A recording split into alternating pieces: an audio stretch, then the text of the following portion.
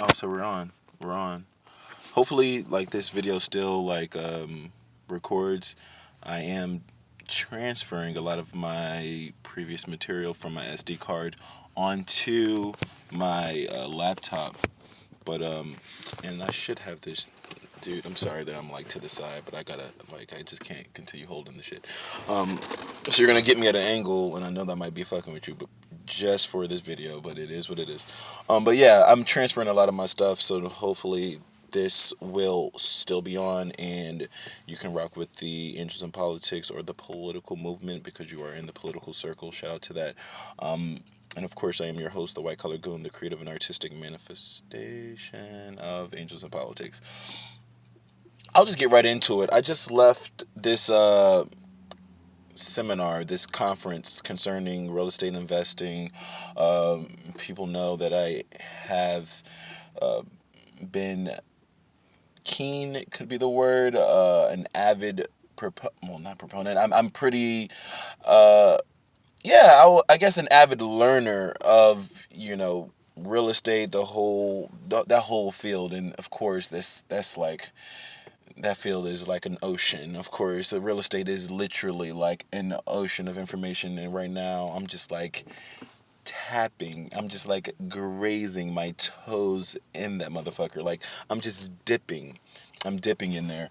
So I'm going to various conferences, seminars, reading books.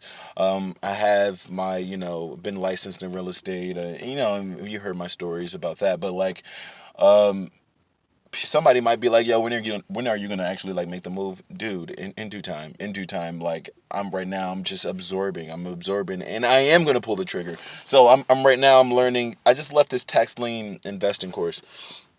So I spoke about like continuing to like develop yourself, continuing to like cultivate yourself, learn new things. And yeah, just get out of your comfort zone. Like, I mean, I knew, no, actually, like years ago, like I mean, I knew nothing of real estate. So like, you have to be comfortable or confident enough to uh, not be good at something and go out there and say, man, I don't know, and like and teach me, teach yourself, learn, and then ask people who are specialists, and that's where I'm at right now. But I'll get into this.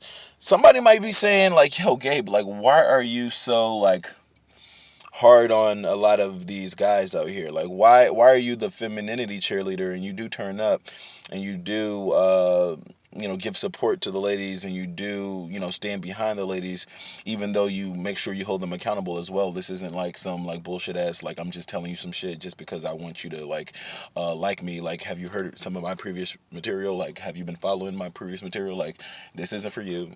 This isn't for some ulterior motive. Like, no, I'm like, this is something that I've been destined to do. This is my calling. Like, trust me on that, guys. Like, you don't have to worry about me like having some trying to like circumvent or circumnavigate, or I have some furtive, secretive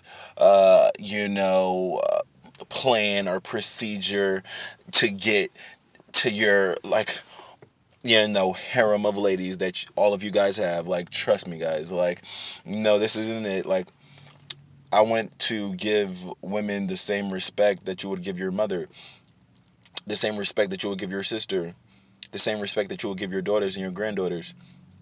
Somebody's listening saying, yo, my brother and my father didn't give me that much respect. So like, I don't want to be that way. Like, I want to establish like the way I will speak to you, like, guys, is not going to be the same way that I speak to your daughters. It's not going to be the same way that I speak to your sisters. It's not going to be the same way that I speak to your mothers and your aunts and your cousins, because I feel like women in general, women across the board, ladies on the full spectrum should be treated with like the utmost respect, to like the next or the umpteenth degree. Somebody might be listening saying like, yo, a lot of women don't like deserve that though. Like a lot of women aren't ladies in this sense. A lot of women aren't dignified. A lot of women might be indignified. Some women may be uh uncouth, or I might think that their behavior is unbecoming, or I might not subscribe to their behavioralisms or how they conduct themselves. And it's like, yo, bro, that's up to you. You know, and like duly noted, I get it. Like there are some, homie, there are so many girls and so many ladies and so many women in which I'm like saying, I don't know about that, or like that's all right. You're doing your thing. So like it's not about you, bro. Like that's the situation. It's not about you at all. Like just because you don't have to co-sign everything that a woman does. I'm not caping for women's behavior when they're like not doing things that are helpful or constructive or conducive to their environment.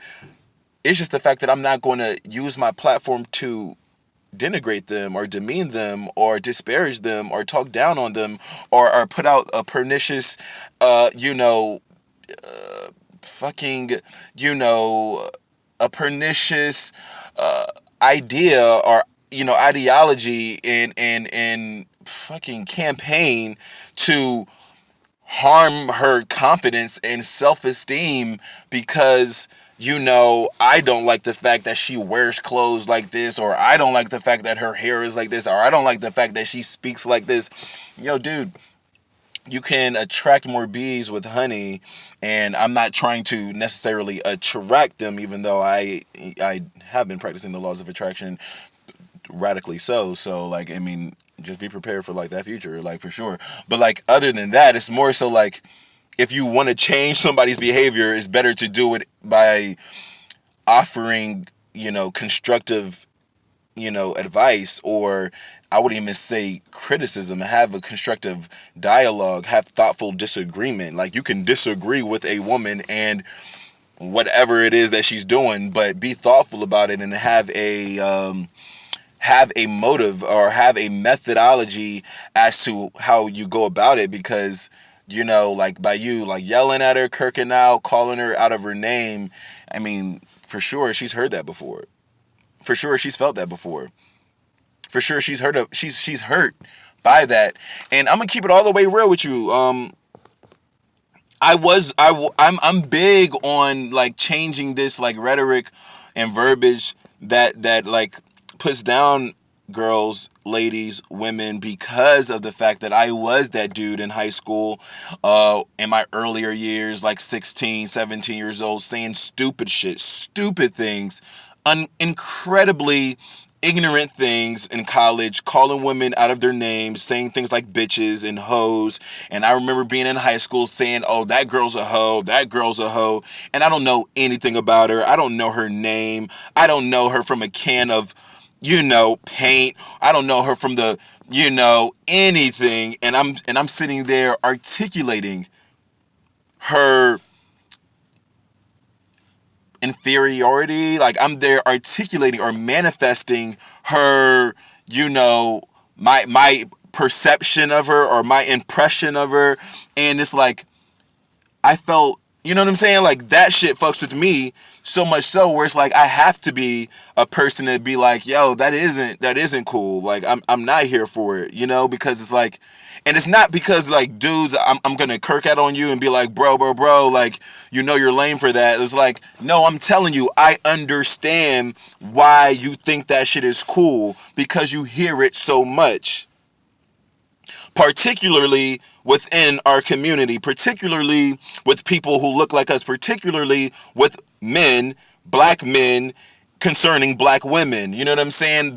You rarely call the Latina sisters hoes. You rarely are calling the white girls hoes. You aren't calling the Eastern European hoes, the Indians, the Chinese, Korean, Japanese. They're not hoes, but like, let your homegirl who looks like you, let your sisters who look like you, let the girls from your neighborhood and your communities, do something that you don't approve of, i.e. have sex with somebody who's not you, i.e. like be confident, have their head raised, have a beautiful body, have a beautiful shape, have a physique that you're afraid of and you're intimidated by because her hips are moving, because her thighs are, apparent, because her breasts are developed, because she's articulate, she's well spoken, she's intuitive, she's industrious, she's competent, she's all of those things.